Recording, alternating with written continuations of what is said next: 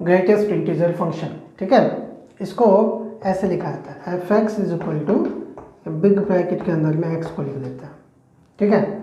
जहाँ पर कि एक्स का जो वैल्यू होता है ना वो लेस देन और इक्वल टू वाला वैल्यू लिया जाता है। एग्जाम्पल देंगे तो ही समझ में आएगा।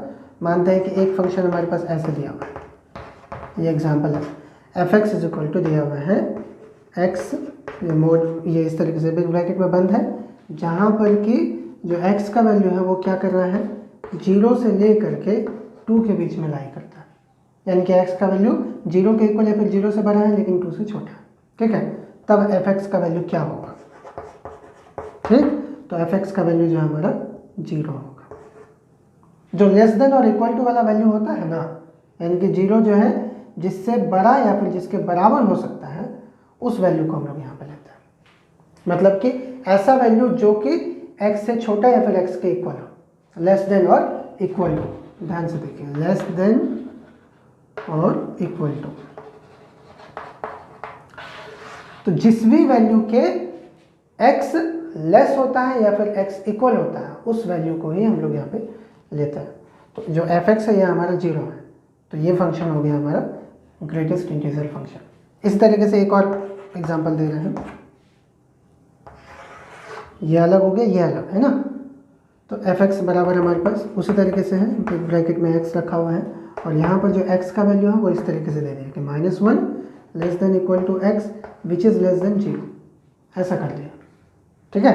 तो f x equal to actual में होगा क्या, क्योंकि एक्स का वैल्यू तो 0 से -1 के बीच में लाई कर रहा है, तो वो कौन सा वैल्यू है जो कि लेस देन है या फिर इक्वल है एक्स के। तो -1 इज लेस देन और इक्वल टू एक्स, तो जो एक्स का वैल्यू हुआ वो -1।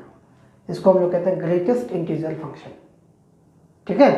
इसमें जो एफ एक्स होगा वो हमेशा क्या होगा, -1 होगा। एक्स के जगह पर हम कुछ भी रखें, कुछ भी का मतलब इस कंडीशन को मानते हुए, है ना, इस कंडीशन को मानते हुए एक्स का हम वैल्यू कुछ भी रखेंगे तो -1 ही आएगा हमेशा, ठीक। इस तरीके के फंक्शन को हम लोग ग्रेटेस्ट इंटीजर फंक्शन कहते हैं। एक और एग्जांपल दे रहे हैं तो क्लियर हो जाएगा। देखिए, तो इस तरीके का फंक्शन का जो ग्राफ होता है वो थोड़ा सा ट्रिकी होता है, इसको हम समझा देते हैं आपको एग्जांपल लेकर के। जैसे एक फंक्शन है मेरे पास F x is equal to big bracket के अंदर में एक्स है 4, एक्स का जो वैल्यू है वो 2 से 1 के बीच में लाई करता है, मतलब कि 1 से बड़ा या फिर 1 के इक्वल लेकिन 2 से छोटा, ठीक है। सबसे पहले तो फंक्शन डिसाइड कर लेते हैं कि फंक्शन क्या है। तो एफ एक्स बराबर जो लेस देन और इक्वल टू वैल्यू होता है वही वैल्यू हम लोग यहाँ पे लेते हैं, है ना। ग्रेटेस्ट इंटीजर बोला है ना, तो क्या ले सकते हैं हम लोग, 1 ले सकते हैं, 1 ही आएगा। इस साइड में जो भी है लेस देन इक्वल टू, यानी कि वो कौन सा वैल्यू है जो कि x के लेस देन है या फिर x के इक्वल है, 1। तो f x is equal to 1 होगा। अब x का वैल्यू ले क्या सकते हैं हम, तो जो x का वैल्यू है वो 2 से छोटा है, 2 से छोटा मतलब 1। तो जब हम x का वैल्यू 1 लिए और तो f1 कितना आ जाएगा, एफ एक्स बराबर क्या है, 1 है, ठीक है। यानी कि x के जगह पर हम जो भी रखेंगे वो क्या आएगा, 1 आएगा। तो f1 हमारा 1 हो गया। क्या कोई और वैल्यू ले सकते हैं हम लोग, बोला है 2 से छोटा, तो 2 से छोटा 1 तो लिए, 2 से छोटा हमारा 0 भी है, 0 ले सकते हैं। लेकिन यहाँ पर क्या बोल दिया है कि जो x का वैल्यू है वो 1 से बड़ा है या फिर 1 के इक्वल है, 1 से छोटा नहीं। बात समझ रहे हैं, 1 से बड़ा या फिर 1 के इक्वल। तो 1 के इक्वल तो हम लोग ले लिए, 1 से बड़ा 2 ले नहीं सकते हैं क्योंकि पहले बता दें कि 2 से छोटा है, ठीक है। इसलिए हम लोग 1 से नीचे नहीं जा सकते हैं, यानी कि एक ही वैल्यू ले सकते हैं 1, और वो रखने पर हमारा जो f1 है वो 1 ही आ जाता है। मतलब क्या हो गया, x कोऑर्डिनेट हमारा क्या हो गया, 1 हो गया, और y कोऑर्डिनेट भी 1 होगा, ठीक है। तो जो इसका ग्राफ बनेगा वो बता देते हैं, इधर x हो गया, इधर y हो गया, x1 और y1, x1 ये है, y1 ये है, दोनों आके मिलेगा इस पॉइंट पे, ठीक है। अब इसमें देखिए कि ग्राफ को हम लोग दिखाएंगे कैसे। तो इसमें क्या है कि x का जो वैल्यू है वो क्या है, 1 से छोटा नहीं हो सकता है ना, 1 से छोटा नहीं हो सकता है, यानी कि इधर नहीं जा सकता है। और तो हम लोग ऐसे कर देंगे उसको, 1 से छोटा भी नहीं लेकिन 2 से छोटा हो सकता है। तो 2 से छोटा मतलब 2 यहाँ पर है, यानी कि यहाँ तक आ जाएगा, ये ऐसे कर देंगे इसको। 1 से छोटा वो जा नहीं सकता है, 2 के आगे बढ़ेगा नहीं, तो इसको गोल कर दिए कि भाई 2 पे ये स्टॉप्ड, ठीक है। इस तरीके से इसका ग्राफ बनाते हैं हम लोग। उसी तरीके से देखिए इसका बना के दिखाते हैं।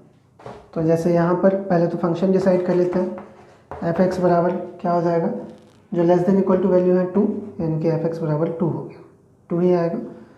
अब x का वैल्यू रखते हैं, तो x का वैल्यू हम लोग क्या रख सकते हैं, 3 से छोटा, 2 के बराबर या फिर 2 से बड़ा, यानी कि 2 ही रख सकते हैं, और कोई वैल्यू हम रख नहीं सकते हैं, 1 रख नहीं सकते हैं। क्यों? क्योंकि जो x का वैल्यू है वो 2 से बड़ा है ना, 2 से बड़ा या फिर 2 के बराबर है, तो 2 के बराबर तो ले लिए, 2 से बड़ा हम ले नहीं सकते हैं, क्योंकि पहले बता दें कि जो x है वो 3 से छोटा है।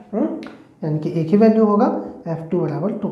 तो यहाँ पर x भी हमारा 2 है और y भी 2 है, तो x2 ये हो गया और y2 यहाँ पर हो गया, ये फंक्शन हो गया, ये पॉइंट हो गया, है ना।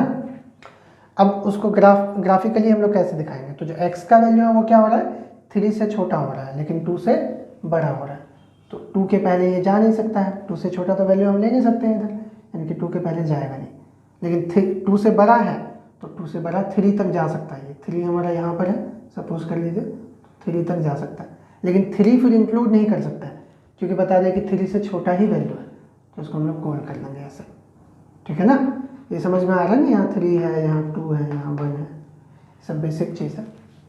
तो इस तरीके का फंक्शन का हम लोग ग्राफ जो है ऐसे बनाते हैं कि कितना वैल्यू तक जा सकता है वहाँ पे गोल कर देंगे, और जितना वैल्यू से पहले नहीं जा सकता है वो तो पॉइंट ही मिल गया हमको, है ना, इस पॉइंट के पहले जा ही नहीं सकता है, तो ये पॉइंट डिसाइडेड हो गया कि हाँ भाई यहाँ से स्टार्ट हो रहा है, यहाँ से स्टार्ट होकर ये आगे बढ़ रहा है, लेकिन 2 तक ही जाएगा, 2 से इंक्लूड नहीं होगा इसके लिए। ये वाला फंक्शन में क्या होगा कि इस पॉइंट से शुरू हुआ, ये जाएगा 2 से ऊपर, लेकिन 3 तक ही स्टॉप हो जाएगा, 3 ले भी नहीं सकता है, इसलिए हम लोग यहाँ पे ऐसे गोल कर दें कि 3 इंक्लूडेड नहीं है, जो x का वैल्यू है वो क्या है, 3 से छोटा ही है, ठीक है। तो इस तरीके का फंक्शन का हम लोग ग्राफ ऐसे बनाते हैं। बाकी और सब जो फंक्शन है उन सब का ग्राफ तो बहुत ही सिंपल है, आप प्लीज़ ट्राई कीजिए, तो आपको ग्राफ जो है समझ में आएगा थोड़ा अच्छे से।